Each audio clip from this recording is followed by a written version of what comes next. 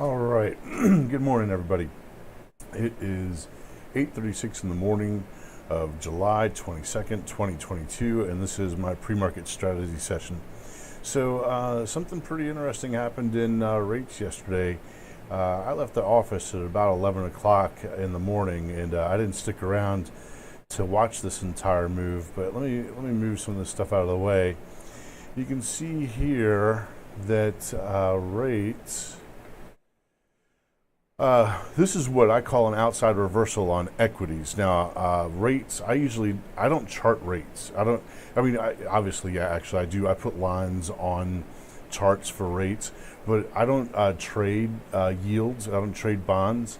I don't trade bond funds or anything, so I know there's a lot of people who do, and there's a lot of money to be made in doing it, but it's just not something I do. But in any case, this chart pattern, this is a green. Here's a green candle, right? And the next day it opens up higher, and then closes lower than the previous day. That's what I call an outside reversal candle. And what that usually means is that, and this is 2 days don't really make a pattern, but this is usually, in my experience, this outside reversal is indicative of another leg in the direction that the reversal occurred. So here we have, I wouldn't call it a bearish reversal because this means when bonds are being bought, that means the demand for bonds is going up, so the yield goes down. So it's bullish for bonds, bearish for yields. But anyway, after an outside reversal like this, I do expect for there to be more downside to come in the yields. So, a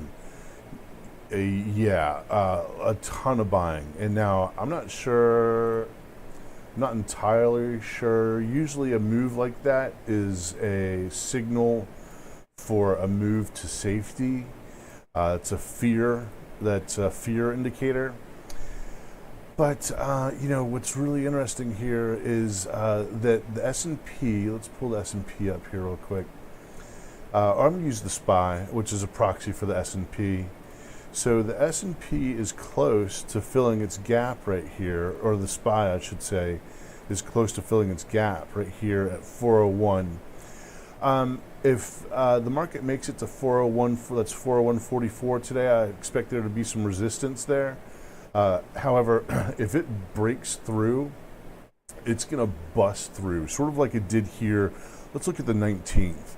So there was another gap that was filled back here on the 19th. You can see it approached it here on the 18th and then really faded away. But then the next day came back up and just really blew through it. Let's see what kind of resistance we got at. That's 389.80 on the 19th. Let's look at the 10-minute on the 19th. Here we go.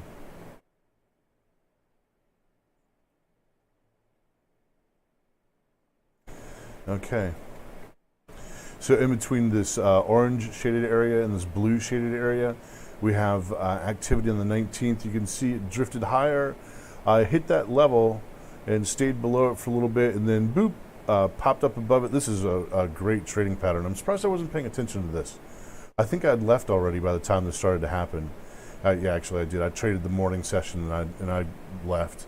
Hit the 389.80 level right here, danced underneath of it, kind of bumped underneath of it for a while, broke through, came back, retested it. What a reliable, beautiful, reliable pattern, and then spent the rest of the day, after it broke above it, spent the rest of the day just kind of drifting upward. But yeah, look at that. It was a pretty powerful move too there, above, let's see, 389 to 392. I mean, it's, a 1% move there in a matter of 50 minutes, an hour, basically. I'd expect something similar to happen, if not today, then soon. for, let's see, what did I say? What's that price? 401.44. Right there at 401.44. So it's if it opened up right now, if this Q's opened up right now, it opened up 0.39% lower than its previous open. That's okay. In fact, actually, if we go back and we look at the daily pattern, there's been a sell-off in the morning.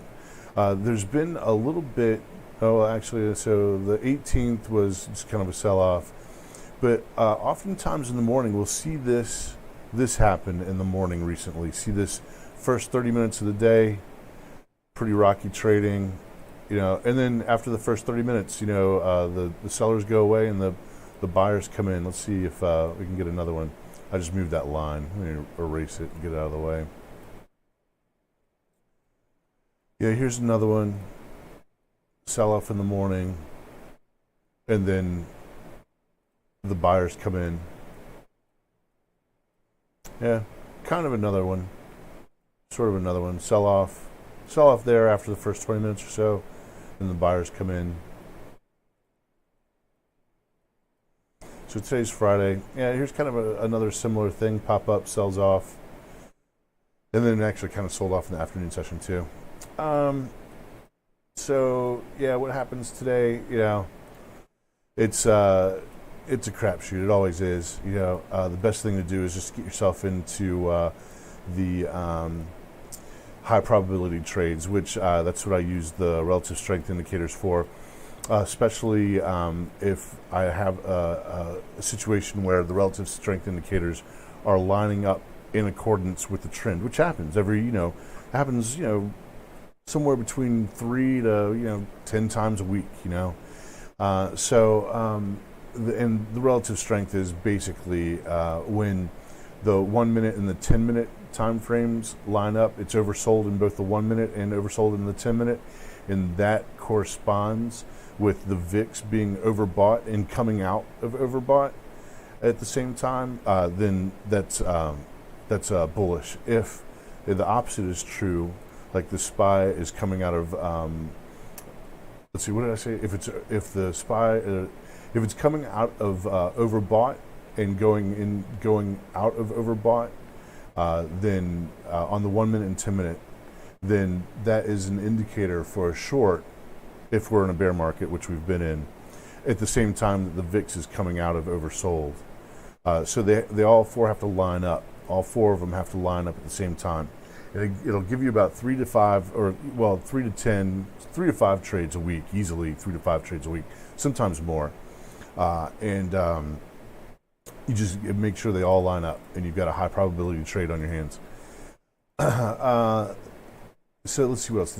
The dollar's weakening a little bit, getting close to the bottom end of its risk range. The 10-year, let's get back to the 10-year here. The 10-year, where is the risk range on the 10-year? Did I erase it? Oh no, I made it disappear.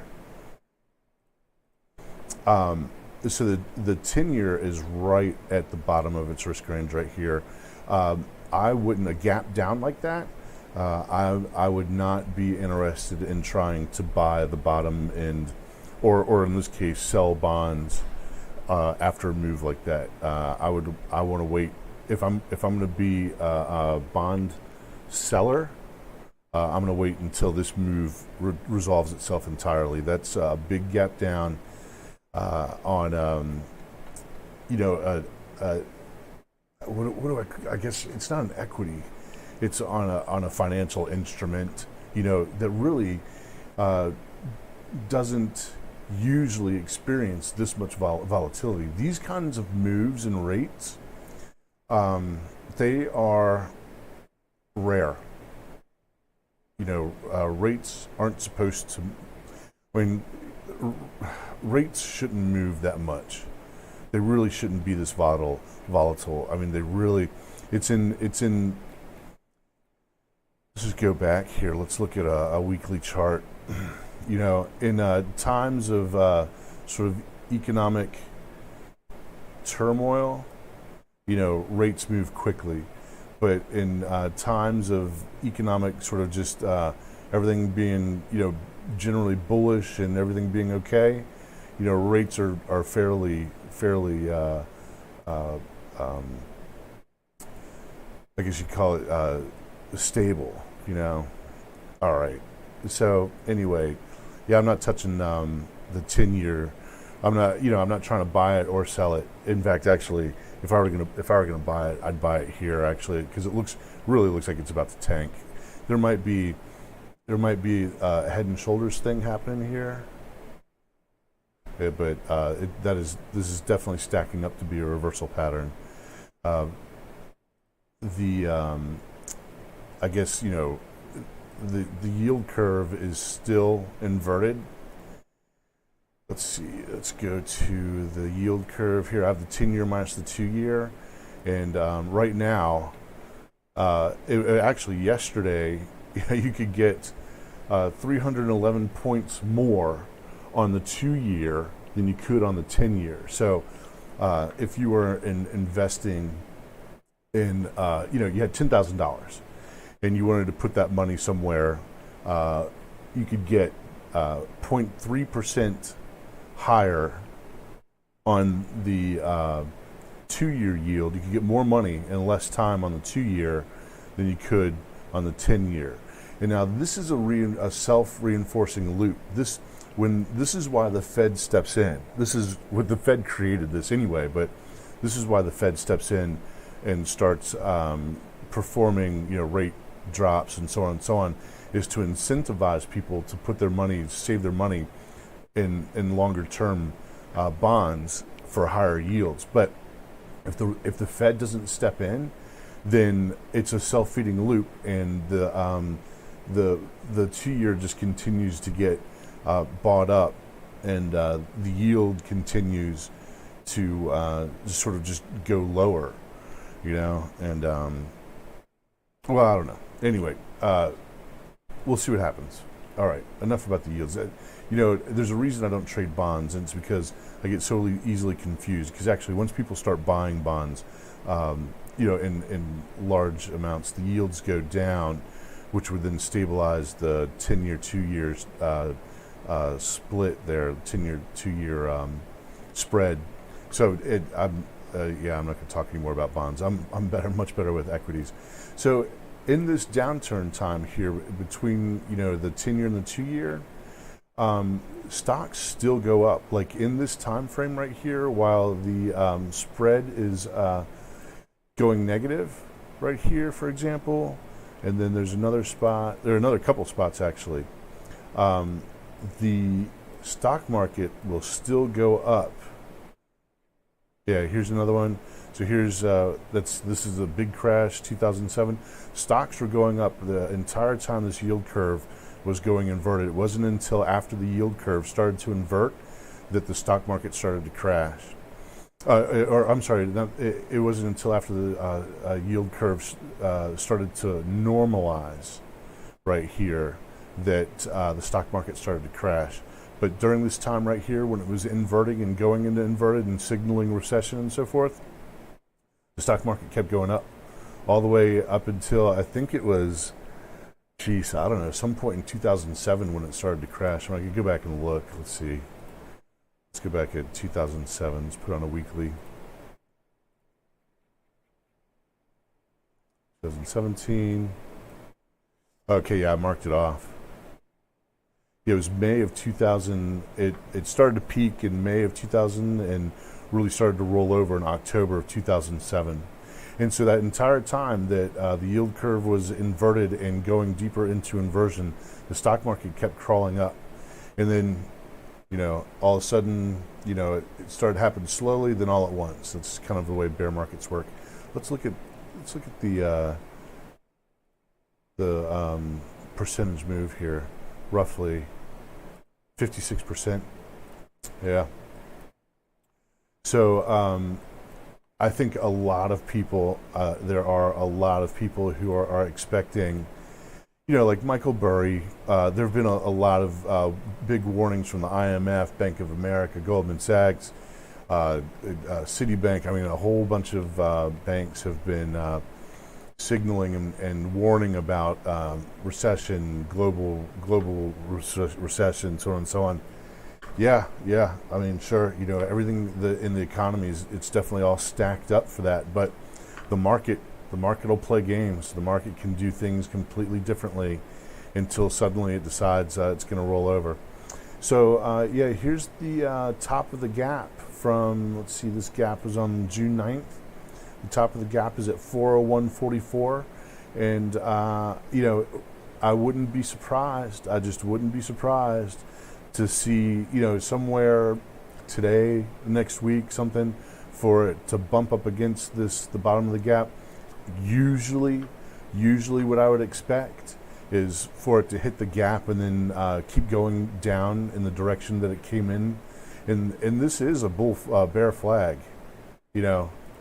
Usually I'd expect it to resolve in the direction that the bear flag came in, but I am very hesitant to anticipate the market's moves. I will participate once it starts to resolve and make its move, but I'm not doing anything until after it has made its move.